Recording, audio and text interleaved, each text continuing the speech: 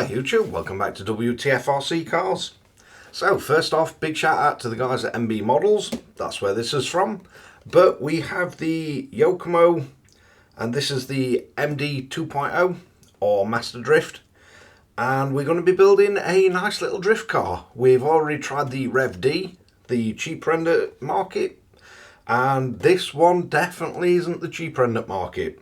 So in UK, you'd expect to pay around $799 for these. So very expensive kit, but it's the first one at Yokomo Cars that I've had. So curious to see how this goes.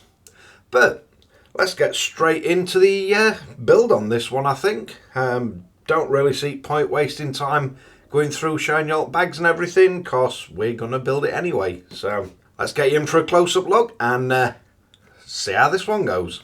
So first off, start with number one. We've got a packet of the black grease, some 5000 diff oil, and the diff is fully assembled. So first off, we're going to have to take these 4 screws out, and then we can put as diff oil in, and it does tell us to put the black grease on the diff gasket so it doesn't leak, or to help prevent leaking. So I'll get these 4 screws out and see what we can do. So this is definitely the first time I have started to build an RC by disassembling everything. But basically, it gives you the disassembly instructions, and it tells you to make sure that there is black grease on the outputs of the diff. So if you line the diff covers up, you do have a way of popping them out, and I'm just checking and I can see there is actually diff grease, or this black diff grease, already on the actual back, so we don't need to strip the diff down. But it is nice, it gives you the disassembly instructions. So it's quite a strange one. I've never had an RC where the diff comes already built in a kit.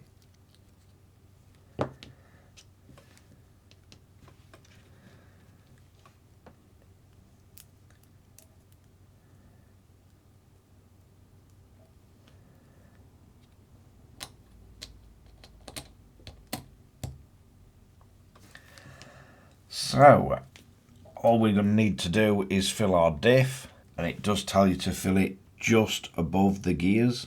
So I like to try and get a little bit of diff oil down the back of these diff gears, because then at least I know it's got some in there. And try not to overfill this, because you're just going to cause yourself problems. But you just want it to sort of fill the cavity and then just get to the top of the just before the top of the diff gears, or just above the actual cross. You don't need it much more than that, else you're just going to force it out through the gasket or through the little rubber O-rings. And then it is telling us to put some black grease on this, and I think the easiest way to do that is to cut a tiny little hole in the actual bag that as grease comes in. And if you just place it on 1/2 of the diff, at least it'll hold it for you. And then you've just got to carefully work your way around. And apparently this is going to help it not leak, which if we end up with non-leaking diff, that's got to be better. So you can work your way around one side and then just flip the gasket over, and then just quickly work your way around and get the black grease worked into gasket on this side. Then we can just remove any excess. Once we've let us diff sit for a little while, you should see that it's filled in, and then you've just got the little black pegs, so you should be able to line up your scrolls and the black pegs and get the diff back together. And then we're going to put these screws in, and you tighten them up in a cross pattern. And just remember, with these screws, they are really tiny, and you don't want to be going absolutely crazy tightening these up. And you're going to need a 1.5mm driver for these, but the best way I find to do it is just carefully tighten them all down until they're just starting to grab the diff, and then you want to work your way around in a cross pattern, tightening these up so it allows the diff to close down nice and evenly, and then you can just nip all 4 of them up in the same cross pattern. But you really don't want to over tighten these. They're very small heads and very fine thread, and you are just going into plastic, and with the black grease it should give us a better seal than just using a lot of force to seal that gasket. So you only want to be finger tight on these screws. Don't grab the driver, or if you're using an angled key, don't force too much on it. But we should have a very smooth action diff, which, yeah, I'm quite impressed with that. Feels really nice. So you just need to wipe any excess of the black grease off. I can't see it doing any damage to anything if it gets on it, but if you've got a big clump of it sticking out, you don't want it flying off on your really nice aluminium. But yeah, that is part 1 done. So we have an assembled diff. Let's see what else we've got. So moving on, your second part is numbered 2, and then we're going to have to open the screw bag. So on this one we've got a whole bag of numbered screws, and you do have a really helpful piece of paper that tells you exactly which screw is which, so you know what you're looking for in the actual manual. So I'll just get these open and we'll crack on. So for this part, I really do like the way that the screw layout is and everything on this. Does make it a lot easier. Just look for the actual screw size. But for this, we're going to need these 2 parts, and then it tells us we need 2 of the number 14 screws, and then you're going to need a 1.5mm hex to screw these in. And I must admit, the quality of parts in this kit is absolutely stunning. But that's his first step. Then we need to get our bearings and his gears and everything lined up, and the little shims. So we'll get that ready and I'll show you how they go together. So we just need to get his bearing oil in.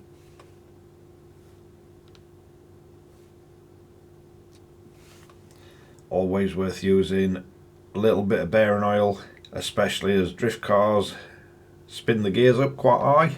But basically we're going to need a bearing in either side of his idler gear. Then we're going to need a shim. So we're going to want to drop 1 shim on, and then we're going to need an idler gear.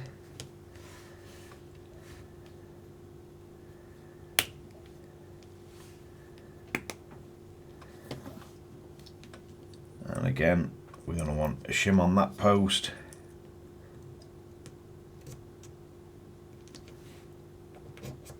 And then just work that into position. And we're going to need a shim on the top. Then it's turn as our shaft goes in through there. So should have it assembled something like that. So let's see what else we've got. So for the next part, we're going to need as closing side of his bulkhead. We want a little bit of oil on his bearing. So we'll drop that in. Then we got to get this little part in place, and then we've got to close it up, which is going to be easier said than done because there's nothing holds that little black part in. So if we get them in place and then leave ourselves just enough room to get that in, should work. And then again, we just want 2 of the number 14 screws. I'll just get that one nipped up ever so slightly, and then we can tighten them up.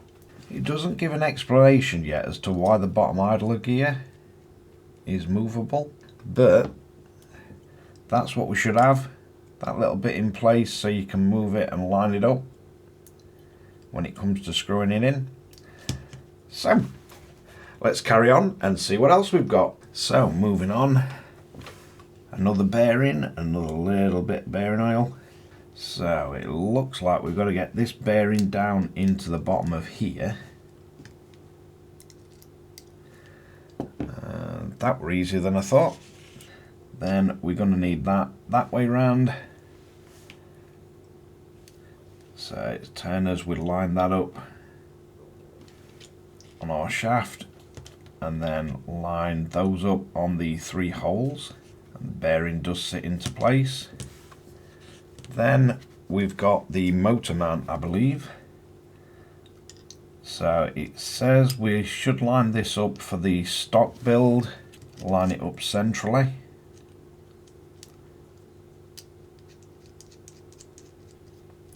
I like the way they've done that to make the motor mount adjustable. And then these longer screws are screws number 8. And so far I'm also really enjoying not having to hunt for screws. Let's have a look what size drive these are. I think these are a bit bigger. So these are as 2mm drive. And yeah, maybe it's an ongoing thing with drift RCs just being really nice to build. Maybe I should stick to building drift RCs now. Because this is the second one and it's absolutely beautiful to build. So we have that in place, really smooth action. Let's move on and see what else we've got. So now it looks like we're mounting the diff, and it looks like they go in that way round, or that's what it's telling us to do. So again, we'll go for a bit of oil on his bearings, then we're going to set our bearings on his diff.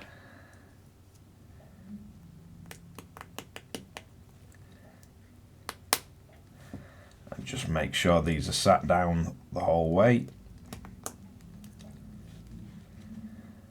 So it looks like we put these on to adjust the actual way the diff sits.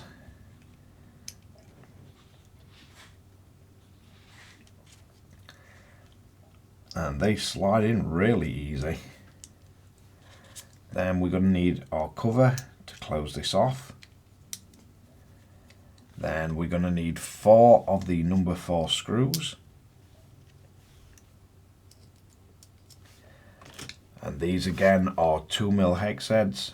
And with this all being alloy, I'd just really gently tighten these down before you get the last 2 in place.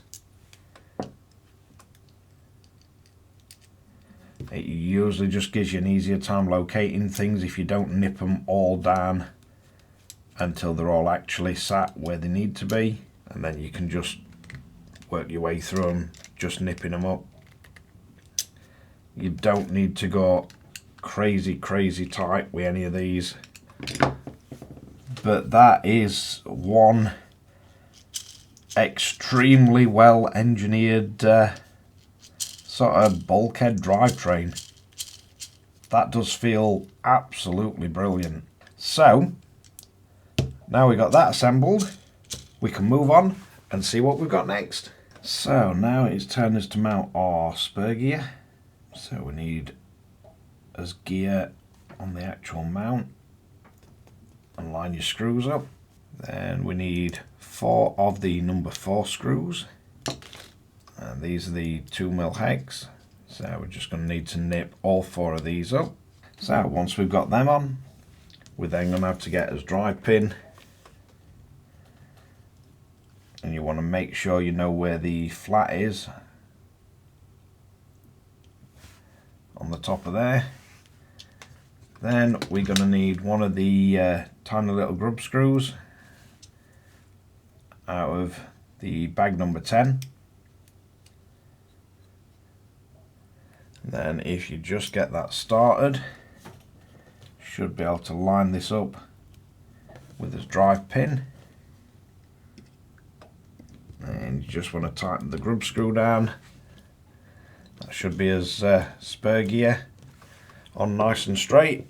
We've got his shims in all his drive gears, and up to now that's the only place it's asked us to put any, but it's extremely smooth. So let's crack on, see what else we've got. Right, so for this we're going to be in bag 3, and first off we've got to mount these to the bulkhead. So we're going to get 2 of the screws in the top and bottom. Then we're going to mount it to the bulkhead, and I'm pretty sure when the design of this kit was mentioned, I don't think that at any point somebody went, it needs to hit this price tag. I'm pretty sure with the quality of the parts and how this goes together, I don't even think price came into it. So you want these little bits facing backwards. Then we're going to have the longer of the grub screws in the top. We want the shorter in the bottom. And you just want to snug these down. And then we need that in place. We need a spacer. And then that screws on the top. And we should be able to nip that up. So you're going to need a 3mm drive to tighten that part up. And the other 2 are 1.5mm. So that's what you want to end up with. And we're going to do exactly the same on other side. So I'll get that one put on and then we can carry on. So that's what we should end up with. And that's got to be one of the most impressive bulkheads I have built to date. Diff feels amazing. Can't feel any slop in anything. That's really impressive. Carry on, see what else we've got. So moving on, we've got the carbon ESC tray. And we've got 4 of the number 1 tapered edge screws. It's just a case of mounting these down. And again, don't go crazy tight with these. The fact that they're in carbon, 1, you don't want to split your carbon, and 2, the carbon's pretty grabby, so it's going to hold these screws anyway.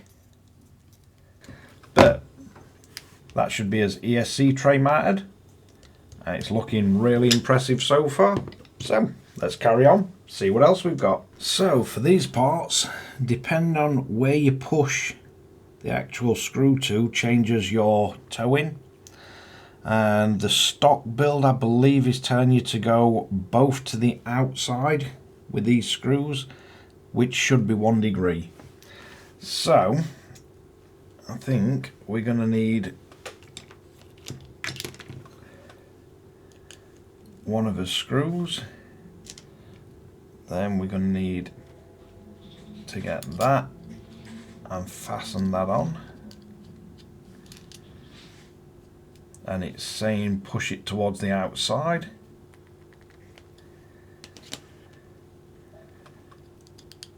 It might be a bit difficult to see on camera, but these holes are slightly elongated, so you can move it.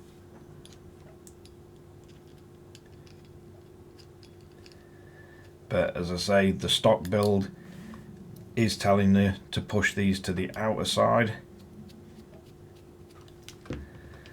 And then it looks like we just need these little cups.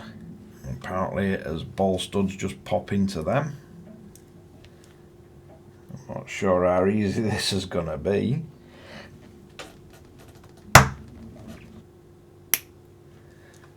Right, so that's got them popped on.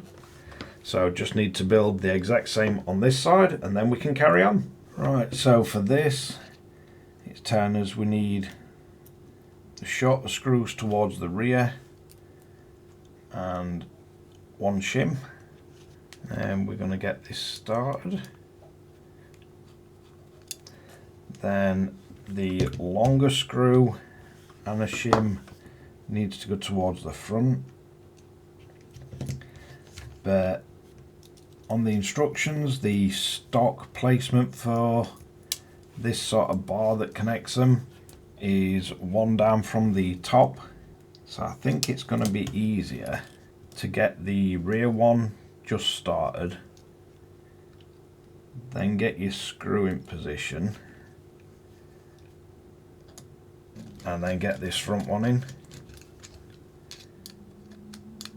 and that should hold it pretty good. And then we just need to do exactly the same on the other side. So shorter screw at back, longer at front, and 1 down from the top for that. So I'll get the opposite side on and we'll carry on. So if all goes to plan, that's what we should be left with. Everything moves freely on the little ball joints, and we have the screws pushed to the outside to give us 1 degree toe, and everything should move freely. So let's carry on, see what else we've got. So moving on, we're going to need a bunch of the tiny screws, and then we've got to fix this into the arms. And I must admit, these arms look absolutely amazing. I think this whole kit is just going to be like a work of art, basically. And yeah, they're expensive, but then again, all the high-end RCs tend to be really expensive. The 420X that I've got, I think the MSRP on that was pretty much the same as this. And I know some of the import rules and things like that do play a part in it. And you can shop around and try and get offers. Don't go crazy over tightening these. They do just need to be nipped up. But once we've got them in place, next thing we're going to need to do is get the arms on the actual bulkhead, and from the best I can tell, this is the way they go. So if we have that in that position, you should flick the arms over, and then it's a case of trying to get the carbon parts onto them. Make sure they sat all the way down. And then we just need to get 4 of these lovely little clips. They just need to be popped on.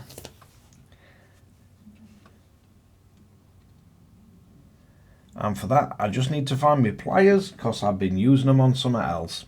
But I'll get them clipped on and then we'll carry on. And there we have it. There's his arms. Nice free movement. And the clips are really not that bad to put on. I ended up using shop pliers and they went on pretty easy.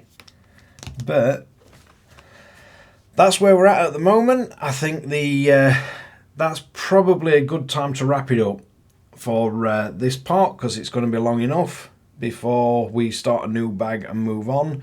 So that's up to parts bag 4 and it's part number 8.